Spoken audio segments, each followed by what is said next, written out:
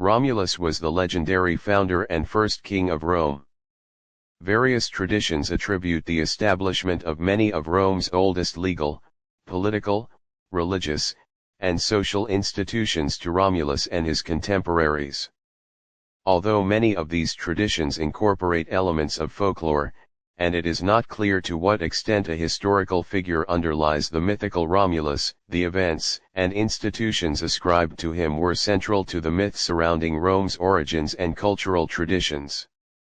The myths concerning Romulus involve several distinct episodes and figures, including the miraculous birth and youth of Romulus and his twin brother, Remus, Remus' murder and the founding of Rome, the rape of the Sabina women, and the subsequent war with the Sabines, a period of joint rule with Titus Tatius, the establishment of various Roman institutions, the death or apotheosis of Romulus, and the succession of Numa Pompilius.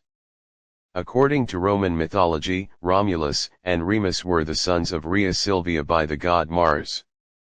Their maternal grandfather was Numitor, the rightful king of Alba Longa, through whom the twins were descended from both the Trojan hero Aeneas, and Latinus, the king of Latium. Before the twins' birth, Numitor's throne had been usurped by his brother, Amulius, who murdered Numitor's son or sons, and condemned Rhea Silvia to perpetual virginity by consecrating her a vestal. When Rhea became pregnant, she asserted that she had been visited by the god Mars. Amulius imprisoned her, and upon the twins' birth, ordered that they be thrown into the Tiber. But as the river had been swollen by rain, the servants tasked with disposing of the infants could not reach its banks, and so exposed the twins beneath a fig tree at the foot of the Palatine Hill.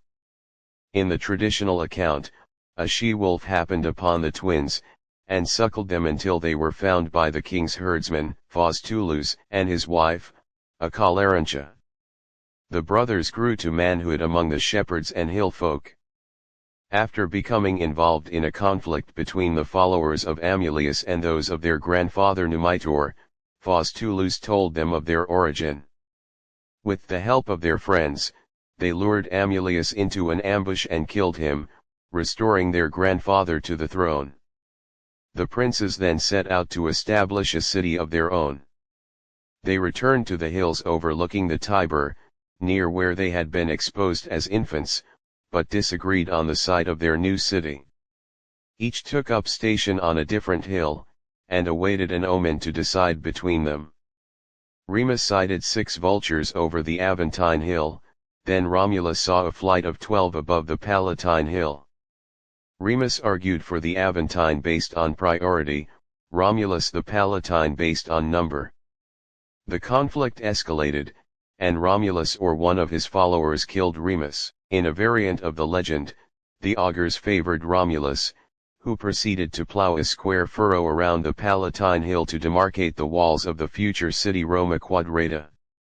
When Remus derisively leapt over the furrow to show how inadequate it was against invaders, Romulus struck him down in anger.